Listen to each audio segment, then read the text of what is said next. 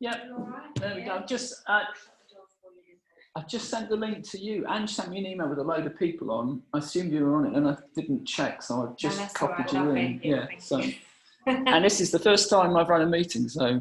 Oh, there we go. Oh, 2 people have entered the room. Do you want the window open? Are you all right? It's fine. Yeah, okay. I'll just. Thanks very much. Yeah, I'm good. I'm good. Thank you very much. Yeah.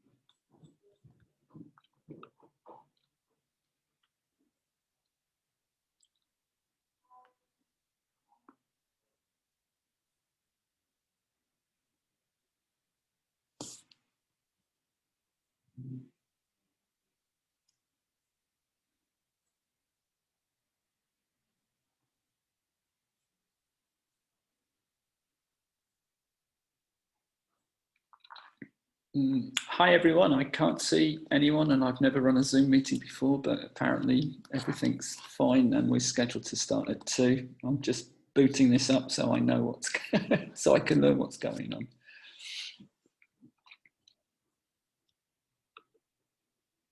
Okay.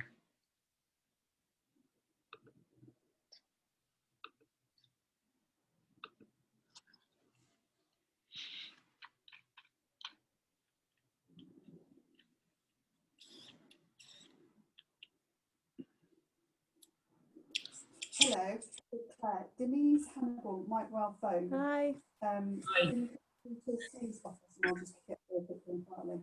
All right, thanks. Bye. We'll be able to put this on mute, won't we? Yeah.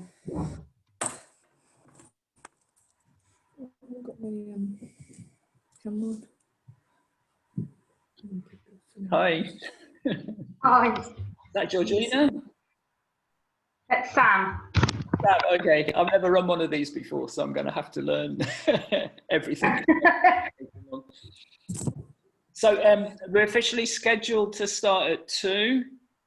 No idea how to make this work because we've not done this before, but I have some suggestions.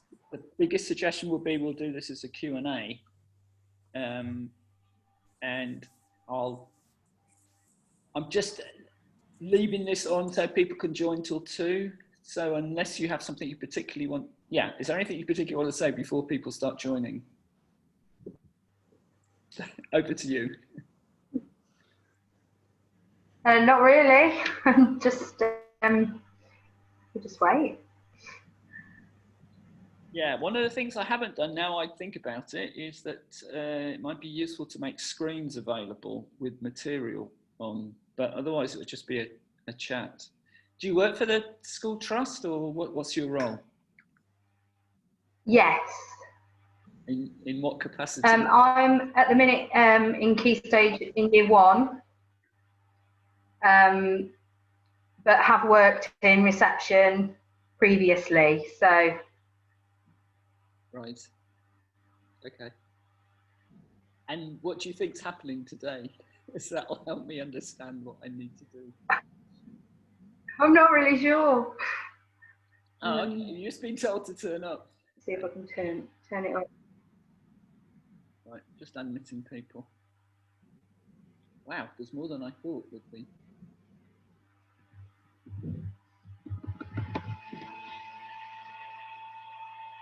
Wow.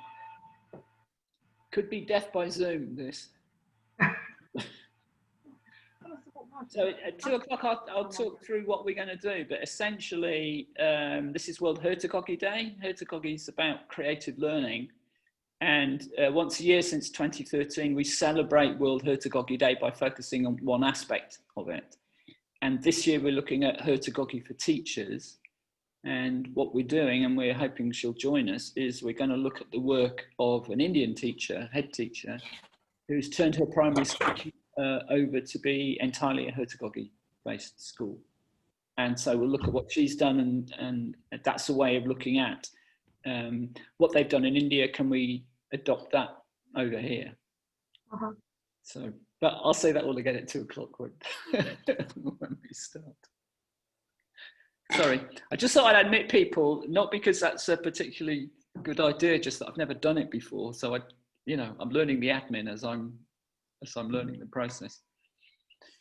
My colleague Nigel is joining us. He's worked in this field before, so hopefully we'll have 3 participants who are quote-unquote Heutagogy experts, and several people paying great attention to the words of wisdom that we share with you. Well, words of encouragement, I think, Fred. Yeah. Just admitting people. Wow. I've always felt a bit uncomfortable about being called wise. Well, let people in the audience decide what we call you by the end of the session. You can get a new name. Absolutely. I'm mostly leaving everybody on. Still a few minutes. Vijaya says she's joining us, but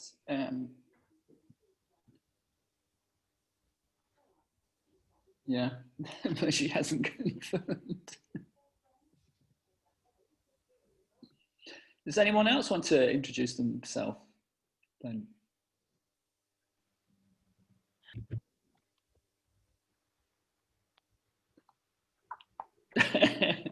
I'll start. I'm Georgina from Lordswood School, one of the AHTs and early years teachers as well.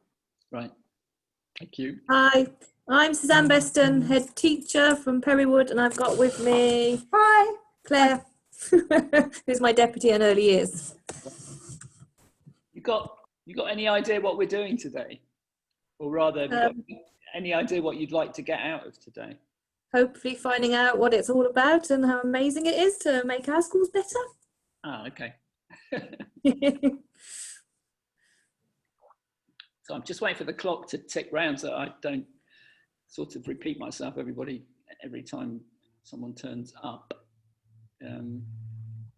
But I'll say, so someone else that's in the audience, if that's the right word, is a guy called Nigel Ecclesfield, who I've worked with for 20 years. My name's Fred Garnett, and I'm from Lewisham, and I'm sitting in the Catford office of the Griffin Schools Trust. I've worked in education, started teaching in 1979 in the States, taught for a couple of years in the States, came back to Lewisham, started teaching there at Lewisham College as an FE teacher, and very quickly learned that having been a specialist teacher in American universities is quite different to being a teacher in Lewisham College, where perhaps people don't want to learn. What I actually learned by teaching in Lewisham is that everybody wants to learn, but not necessarily what you want to tell them. So since I became a quote-unquote good teacher in Lewisham back in the 80s, I've always focused on what I would call learner-centered learning. And of course that varies depending on whether you're in primary, secondary school, college. I've done a community centre. I set up a community centre in Lewisham. The Creekside Centre, which is an environmental education centre. Very early, I built the first online learning resources in Lewisham College starting in 1995. And because of the local authority in Lewisham, under a guy called Joe Armstrong, they set up a project called Citizens Connect in 1998, which, following the National Grid for Learning, the council, or rather Joe Montgomery, for those just joining, I'm just giving a background of who I am and where this work comes from, which is Lewisham. That's a start. Joe Montgomery set up a project called Citizens Connect, and he asked a question, which was, could the internet promote active citizenship? And one of the things we did in Lewisham was actually set up a project called Talent, and I'm now sitting in the Talent Factory, but it's a slightly different name. But Talent stood for Teaching and Learning with Educational Networks. And that was a joint project between the schools PDC, run by Jill Dedman, myself at Lewisham College, because I'd already built some online resources by 98, and a guy called Dominic Clare at Goldsmiths, because he was in charge of teacher training at Goldsmiths for using computers in teaching and learning. So I've been looking at the internet and teaching since about 95, and as part of the project that we did in Lewisham called Teaching and Learning with Educational Networks, we built the first online teacher training program for teaching people to use the National Grid for Learning. And that was built around what a guy called Tom Cochrane calls intentional communities of practice. It was about putting teachers together online and helping them share their practice. And that was a community grid for learning. What now might be called a MOOC, a massive online open course. But we built learning communities online on that. I then went to work for the government, which is where I met Nigel in 2000, because there was a national programme to build community grids for learning. And the point of the reason I got recruited to work in government is I'd already built a community grid for learning, and the idea at that time in government for the DFES is that you should recruit people who'd already done this stuff so that they could show other people how to do it. It wasn't an abstract idea, it was a practical idea that we'd done. So in a sense, I've been building online learning projects for 25 years.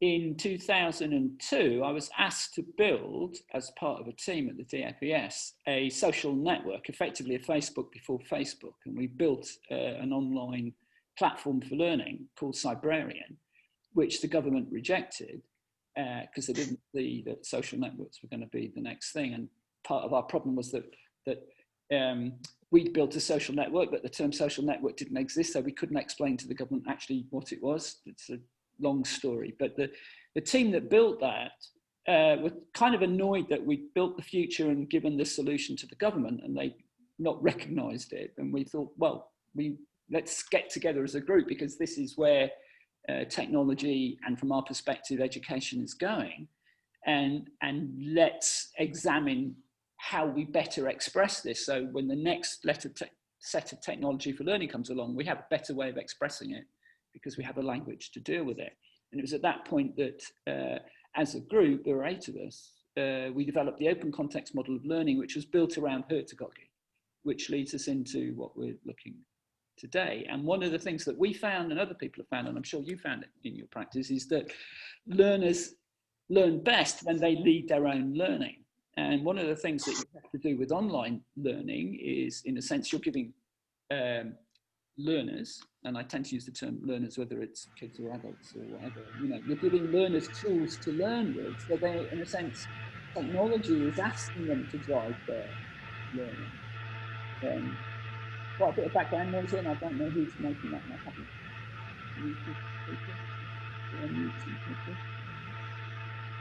Do anyone know where that noise is coming from? Ah, got it.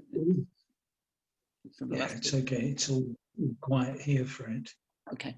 So, so we then thought the way that as more technology moves into schools and other educational institutions, you have to, because you're giving learners tools to learn with, you have to enable their understanding of the learning process more. And that's what we think Heutagogy does. So Nigel and I have worked on several quite large national projects developing this. After the Cybrarian work, as we called the Facebook for Learning, we became a group called the Learner Generated Contexts group. We looked at, we did a lot of work in FE colleges, looking at that model, which is somewhat different to schools.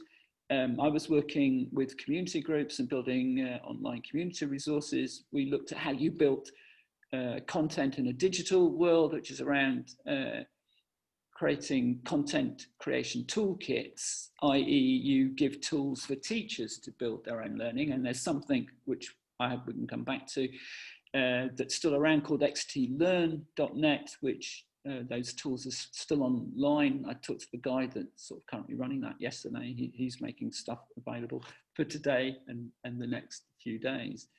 And what we've been doing, what we've been lucky to do, Nigel and other people that we work with in the group, is we've worked with digital learning and lots of institutions. I spent 2 years trying to put e-learning into prisons. Didn't happen, but I learned a lot about, you know, how you can make digital learning work in a prison context. And I've worked with museums and archives and libraries and looked at learning dimensions in that. So I've got a very broad range of expertise, if you like, or experience in both digital learning and whole range of educational and informal learning institutions. Nigel and I have just published a book, which isn't why we're doing this, but we've spent so many years working in government and on projects and with funders and in HE and in research places. But our work's never been pulled together, so we thought, well, let's pull this together in one way. On the other hand, we've also worked with the sort of World Heutagogy group that's led by a guy called Stuart Hayes, and we published a book called Self-Determined Learning, edited by Stuart with various chapters. And that came out in 2013. I've done a blog post which I've sent around with email, which pulls all of this stuff together, because it's a lot to absorb. I'm basically saying, look, we've done a lot of this stuff, and we do have experience and expertise and prior convictions that we can draw upon. And since 2013, once a year, we sort of promote World Heutagogy Day, and that does two things. One, it's to draw attention to heutagogy, and the point that I made before is that as we move into more digital learning and you're giving kids tools, digital tools to operate with, you are enabling them to steer their learning. So you need to think about how you design for kids being in charge of their learning and how you manage that and how you design the processes that sit around that. But the other thing that's come out of doing World Heutagogy Day each year is that we find new practice that's going on and new breakthroughs that people have done. A few years ago, a guy whose name I always pronounce wrongly, but Bernard Nkuyabwatsi pointed out that we're trying to talk about introducing heutagogy into schools that aren't set up to deal with it. So there's a sort of black hole where schools don't address, and other institutions don't address, how you enable heutagogy to happen, because their resources are already aligned into particular ways of doing things. And he identified something, did a PhD on this, but he's got a nice online diagram on Weebly to summarize it around practices. And he said you need to provide resources to enable heutagogic practices. And that was 2015, I think he was talking. And the interesting thing is Vijaya, who I'm hoping will come online, because she's the person that's done this. She's found all our work online in India, in a small school in India, and sort of liked the ideas and built on it. And effectively what she's done in her school is take Bernard's point of you can't make schools behave in a heutagogic fashion unless you give them resources specifically for that. And what are these resources? And from Bernard's perspective, it's that you have to enable, you need new heutagogical practices in the learners, because kids don't spontaneously learn their driving. And even when they are, don't spontaneously drive their learning, but even when they are doing that, teachers still have a significant role in shaping and supporting that.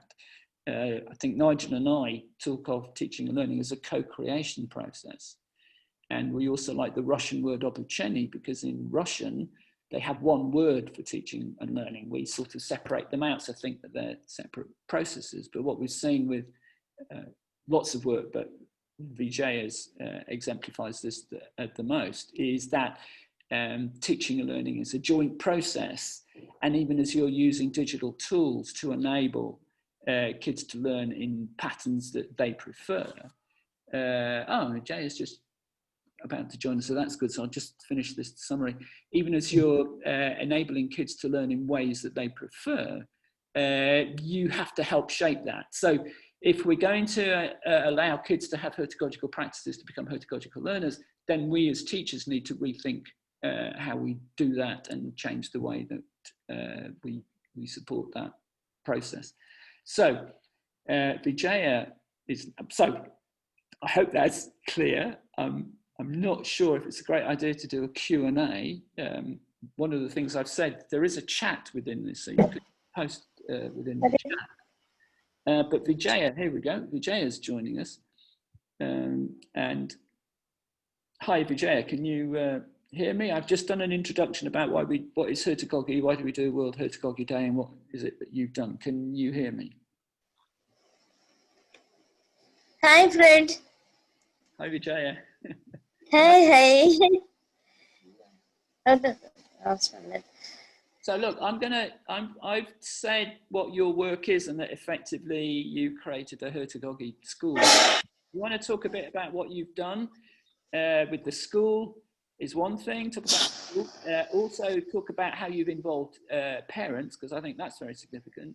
And also talk about how you've used tablets, because it's been quite remarkable how much digitally enabled learning you've done. So I'm going to hand over to Vijaya now. Give us some of your background along that's the school, the parents, and the kids, and the digital tablets.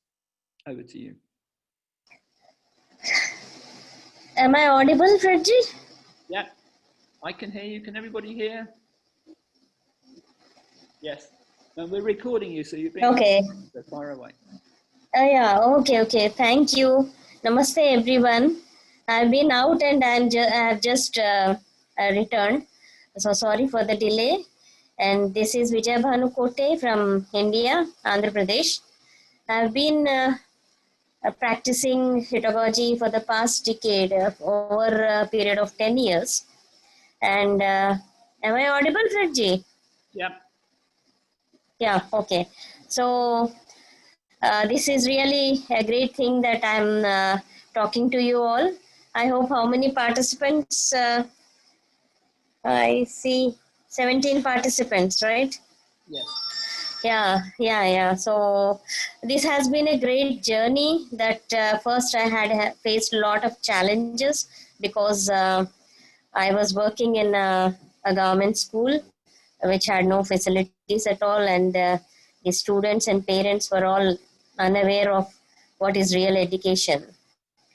So I had to start from scratch, and then I had to build up things. So first of all, during the 10 years of my service, I was like practicing self-learning because from childhood I was self-learning material. So I started doing that, and my experiments were a success. And then when I came, I was researching during my independent research, I came to know about heutagogy in 2001 or something like that. But then I thought, okay, this is good. There is a difference between self-learning and self-determined learning.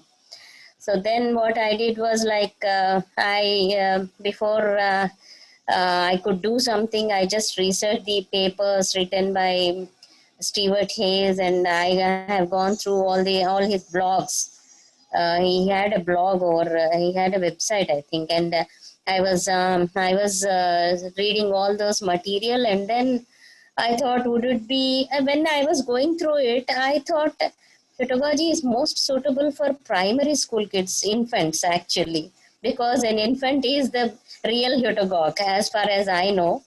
We all know that, because the real heutagogue is an infant where he learns, he imitates my own. So then I started thinking I should implement this for primary school children. But when there is an experiment taking place in education field, especially in India, you need to think thrice or 10 times, because if the experiment fails, there are a lot of brickbats. So I just wanted to see that, okay, fine, it would go well. So then experimenting on my son wouldn't do anything, right? So I started experimenting heutagogy on my son, Rajit, when he was just 1.5 years old. Then the journey started, and then it was a success actually. So then I had courage to implement it in my school where I was teaching grade 5.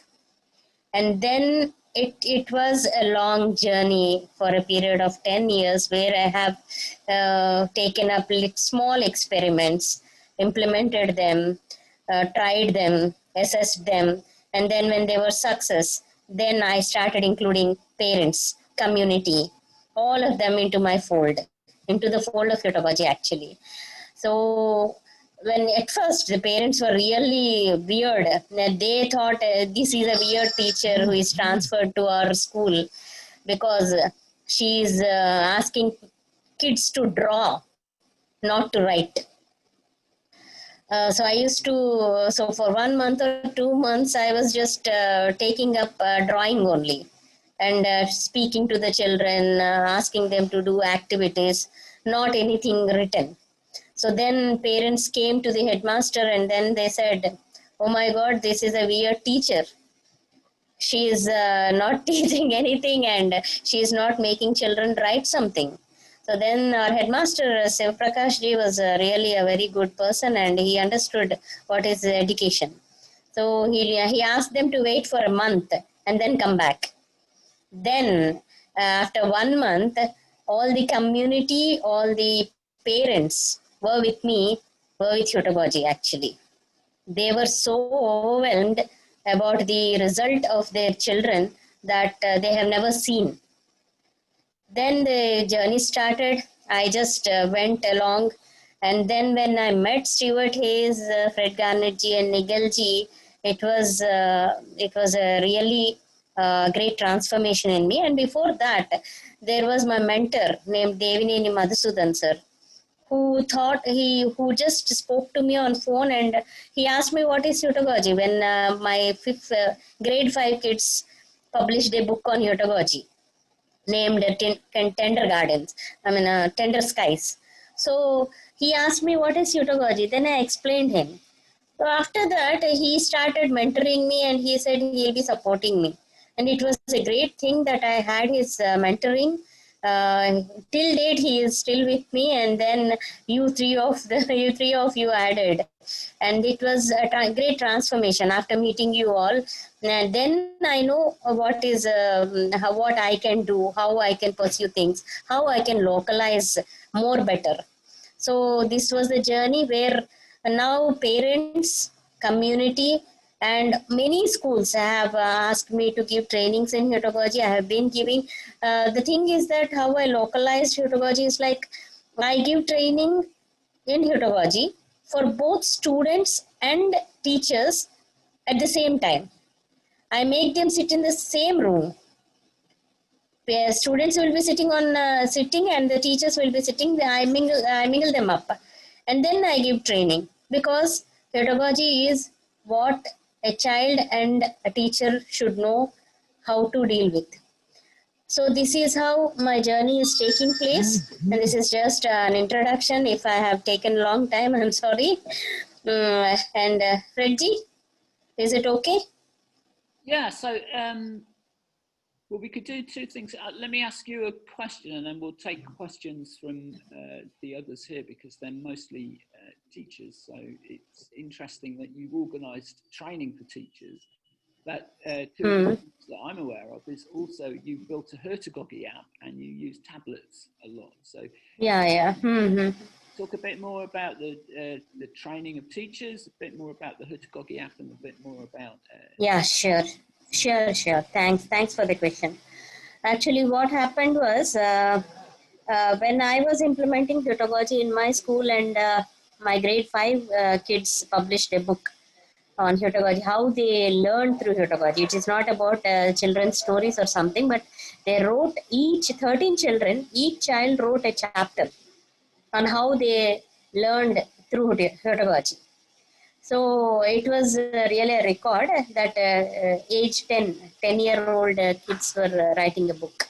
So after that, the book reached a few people. I didn't know actually how to market the book or something, but then what happened, few teachers approached me that they want to learn Heutagogy. Then I had to, think about how to give training. I have seen trainings given to teachers, but not students. Because the students has to train, I mean, when it is a self-determined learning, it's like a student has to learn, right? So what I did was I started giving training simultaneously to both teachers and the students in the same hall. Then it was Heal School where I have given training, and then it expanded to other schools as well. Then when it was happening, many teachers from all over India, they started contacting me and they asked me, even now recently also, few teachers have called me up and then they asked me to give training to the parents. Now it is like I'm giving, during the COVID, I'm giving special training on Heutagogy to parents. Today also I went to school. I bring 2 or 3 parents to my classroom. I make them sit at distance and then I give training on how to do heutagogical activities that children can do along with them. So now it is like not just students or teachers, it is threefold: parents, teachers and students. So this is what is the thing. And then when it came to 2017, I have submitted my paper on Heutagogy for primary school children in Finland, where my paper was selected. So later, at the same time, 2017 in November, I have submitted my paper in Finland and then Tampere, Finland. And then later in December, I have submitted the same paper in Tech 2017, which was a global symposium organized by UNESCO MGIEP and Andhra Pradesh. So there, my Commissioner of Education, she came there. She said it was a great presentation. She was so much interested and she asked me to write modules on, she wanted it in scaling. So I started writing modules and then Stewart ji, Fred ji and Nigel ji, 3 of them helped me a lot while writing the modules. And then in 2018, when I went to present my paper named Is Technology Killing Creativity? That too associating it with Heutagogy. So when I have presented my paper and during that time I met Happy Adda Studios person who was in charge, Rajsekhar Vasa. He was holding his store in the Tech 2018. So then when I was just inquiring, he said they make apps. Then I asked, can you make a Heutagogy app? So then he said, fine, I think I can use my students and we can make a map. But then I told him, I'm just a government school teacher. We don't have a lot of funds. And can you do it as a social service? He happily agreed and he never took even a single rupee from me to make the app. And they have made the app in APK file. It was not uploaded in Google Play because it takes a lot of money, I think. But they have given me the app in APK files. So I used to insert them in the tabs given by my government of AP, Education Department. And then the children got habituated to use the apps. Then simultaneously I used the educational apps that are found in Google Play Store. I downloaded them. They work offline also. So children got habituated to learn through Heutagogy app and other apps. So when this happened, I could see that there are categories of children, because in where assessment comes into the scene, we see that children are categorized into A grade, A plus grade, B plus, C plus. They are given grades, which I oppose a lot, because every child is unique. But when the categorization comes into the scene, I have seen that even the C plus and C grade students, D grade students who are labeled as like that, they were doing very good. in Heutagogy app because they are much interested and their retention capabilities increased, their interest increased. They wanted to do it on their own.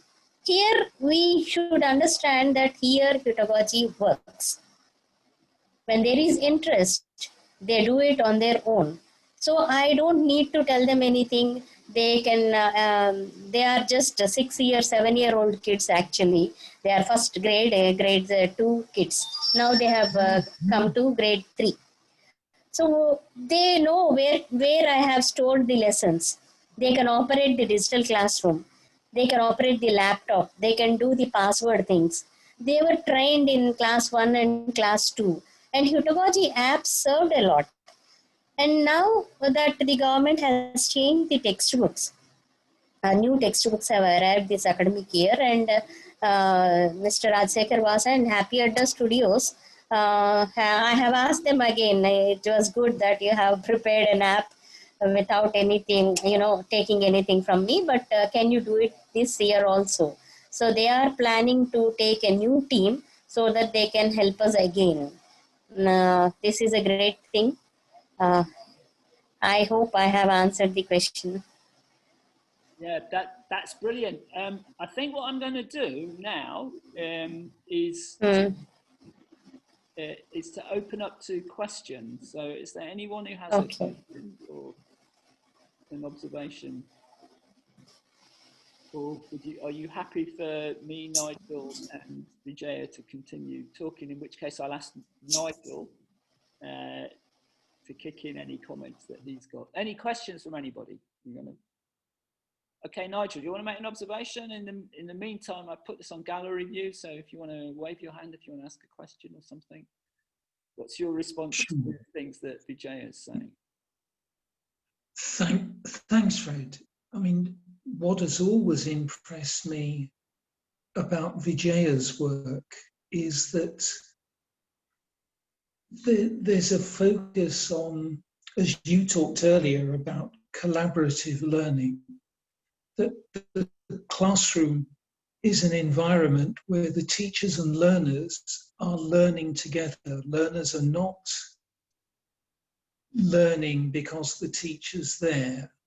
I always feel from my background in teacher education in further and community ed that the learning that you have and your practice, if you like, as we call it, would be a craft professional, comes from that observation and learning within the classroom. And looking at Vijaya's work and looking at her publications, she's learning as she's going along, and she's communicating to her peers, other teachers, that the way of gaining an understanding of learning is to make yourself open to learning itself.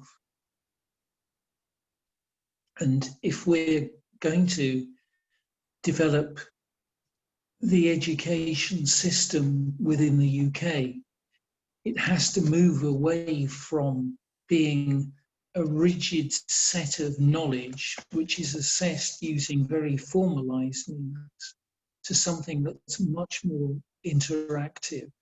And by interactive, it's the parents, the community, the learners and the teachers much more closely involved together rather than being separate from the community.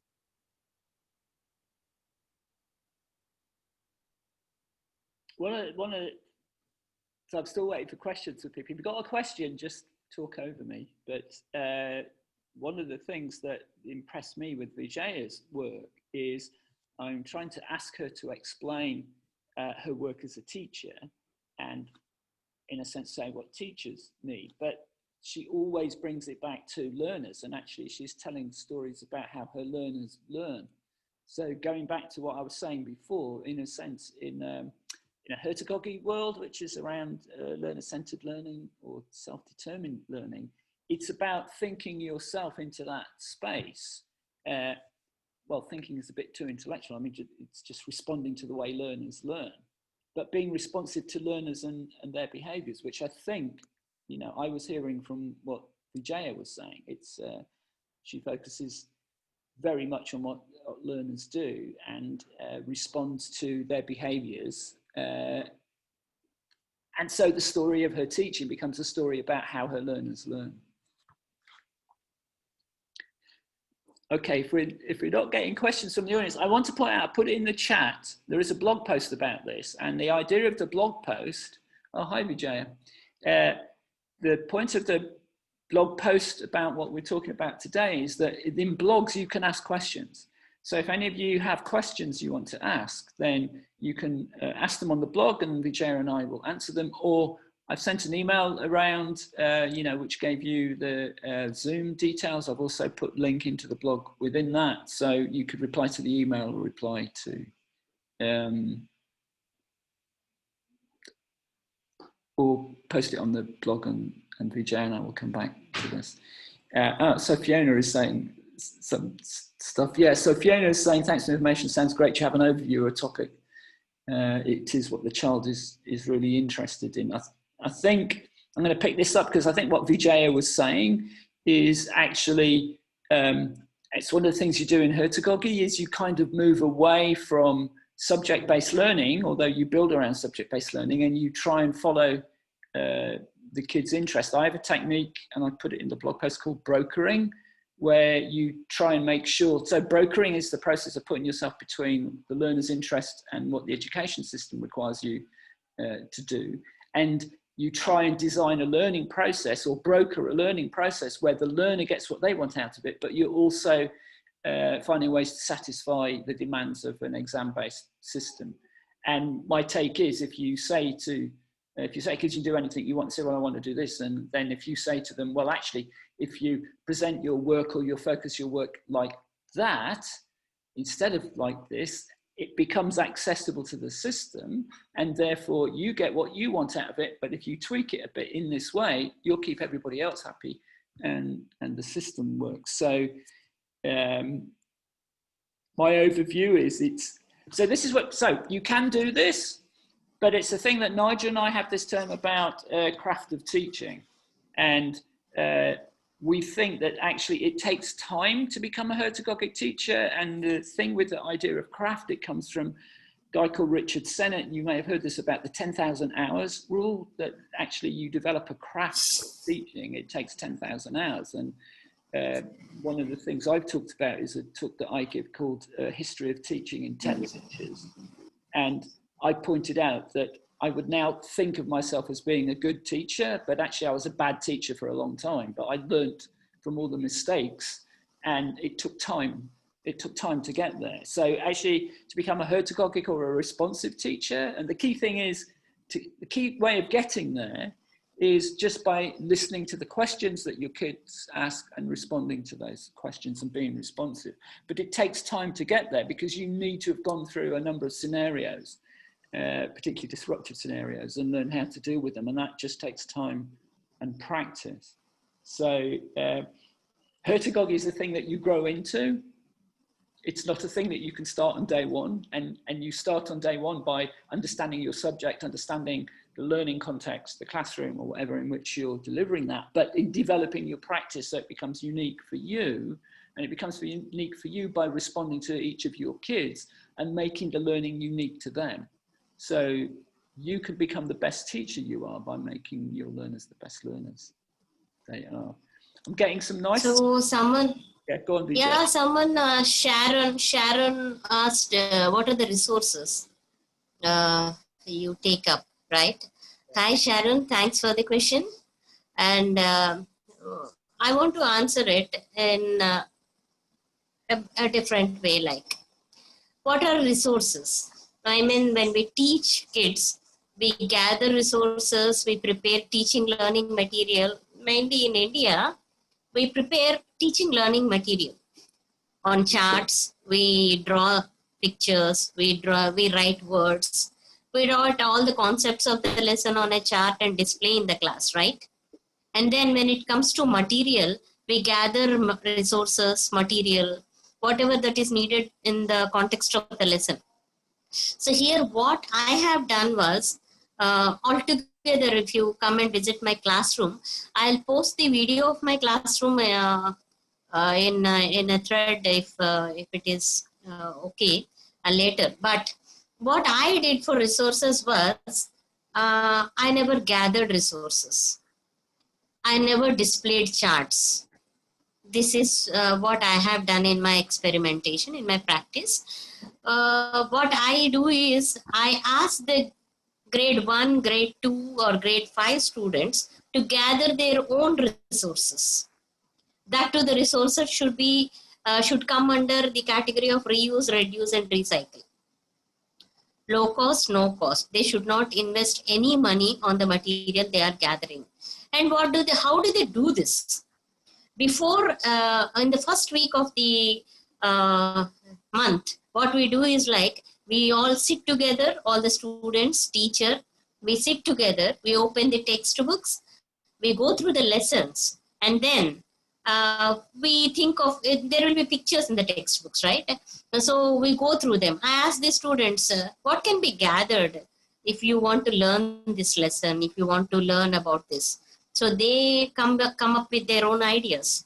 And what they do is like, they go home, they make a chit, paper, or they remind in their brains, because grade 1 students don't write anything. So grade 2, they can write few. Then they go home, they gather the reuse, reduce, recycle materials.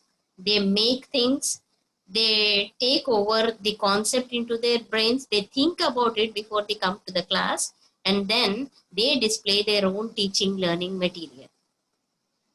When I told them, when I told the teachers, when I was giving training to teachers on Heutagogy, they were like stuck. They said, how can this happen? A teacher is a person who should produce all the things, should gather all the resources, display them before the kid. You should do everything. Then the child learns. Then I said, it is pedagogy. When it comes to pedagogy, it's they can do it. Why don't you trust the learner? Always Fred, when I speak to Fredji always says, trust the learner. This is what I have done throughout my service. I trust the learner, and the learner has never turned me down. You also, you can do the same thing. They bring lot of stuff. They have property boxes actually. I have introduced property boxes in Heutagogy, where they can take a shoe box or something like shirt boxes that you get in garment shops or shoe shops. So what they do is like, shirt is. So what they do is, they gather all the resources they can when they get them and store them in their property boxes.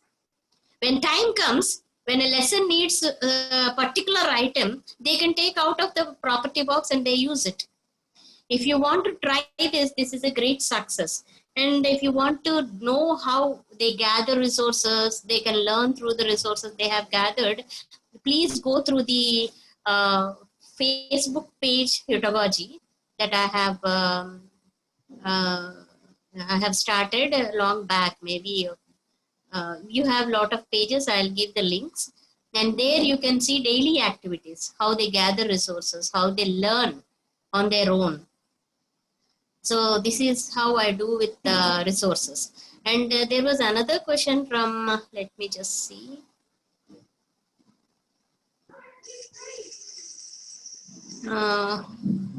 Overview of, there is some, who's it?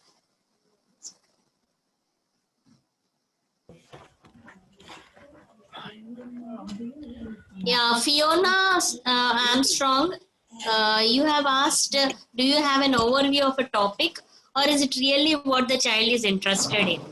So here, this is the question most of the teachers ask me, that do you teach or do you take up the activities the child is interested in, or you have an overview of what to teach or what to learn beforehand? Both the things happen in my classroom, because we plan lessons in the first week of the month. The children have already an idea of what to learn, what to gather, how to learn, how to plan their activities, how to go on field trip or just go around the school.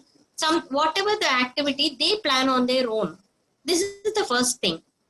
And the second thing is that when it comes to learning, one day I'll tell you an example. I was teaching grade 5 in the previous school I have worked. We have planned to learn about something in science for previous day, and we were all ready for it.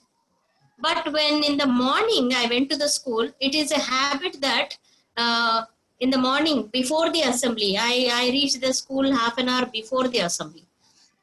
This is my habit. So when I go at 8:30 in the school, children, what they do is like they bring all the resources they have gathered for that day and they show me.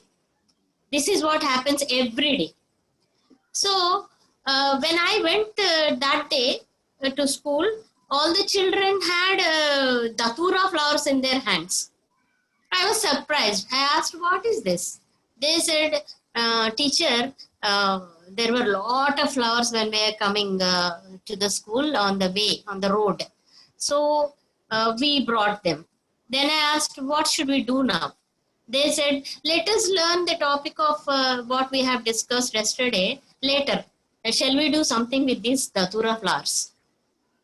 Then I changed the learning scenario, and you can see in my blog or FB page where you can see 10-year-old kids doing 10-year-old kids doing flower dissection. They have dissected, they brought blades, they brought water, and they have dissected the flower and they have named the parts. You can see in India that this flower dissection is done in intermediate, I mean +2 stage. But these grade 5 students have done wonderfully and they have written a project about it also. So what do you say? This is Heutagogy. I hope I answered the question. That's great, and I think that's a good point at which we can call this to a close. Is there any final observations or questions from anyone? In which case, should we thank Vijaya for all the insights? And thank you. We're going to take the work we're starting now and put it together as guidelines for teachers in order to develop their own practice, so guidelines for teaching practice. And we're also going to submit that further. There's a call from UNESCO on the future of education, so we're going to submit it into that, which is in the middle of and I'm hoping that if Ange is interested in this work, that we'll do some development work with the Griffin Schools Trust. And of course, and we could twin the schools. Yeah. Yeah. So if you're interested in that's really a great idea. So I think that's it. Is that Are it? you able to see me? Well, you're dancing, but yeah, we can see you. Okay, I want to thank everyone for turning up, and I'm going to pull this to a close. And I hope you found something out of this. Please email me or comment on the blog, or let Ange know if you're happy or unhappy with what happened. Thanks very much, everyone. Bye.